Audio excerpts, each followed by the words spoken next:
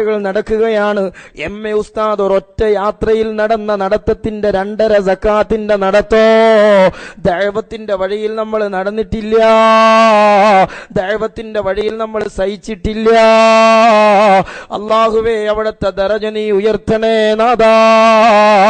എന്നാൽ ഇനി ഒരു കടപ്പാടെങ്കിലും അവരോട് നമുക്ക് നിർവഹിക്കാനുണ്ട്.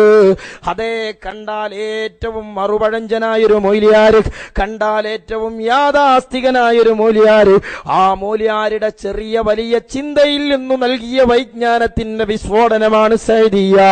ഓ മുഅ്മിനീങ്ങളെ, ആ സൈദിയ അനാഥമാകാൻ പാടില്ല.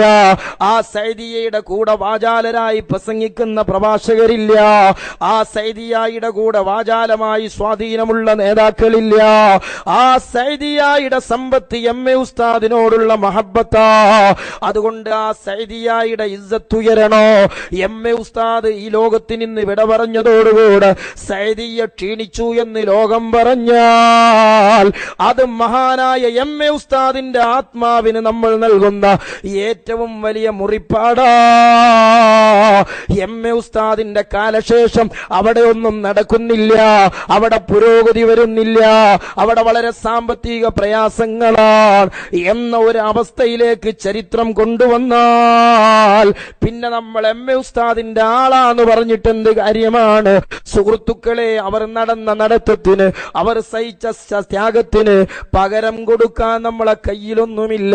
അല്ലാഹുവേ, ഞങ്ങൾ അവരെയൊക്കെ സ്നേഹിച്ചവരാണ്. അതുകൊണ്ട് അവരെ ചെരുപ്പെടുക്കാനെങ്കിലും നൂറിന്റെ പുഞ്ചിരിയുമായി ഞങ്ങളെ നോക്കിക്കിടന്ന എം.എ. ഉസ്താദ് അവിടത്തോടുകൂടെ ഞങ്ങളെ സ്വർഗത്തിൽ എത്തിക്കണേ അല്ലാ.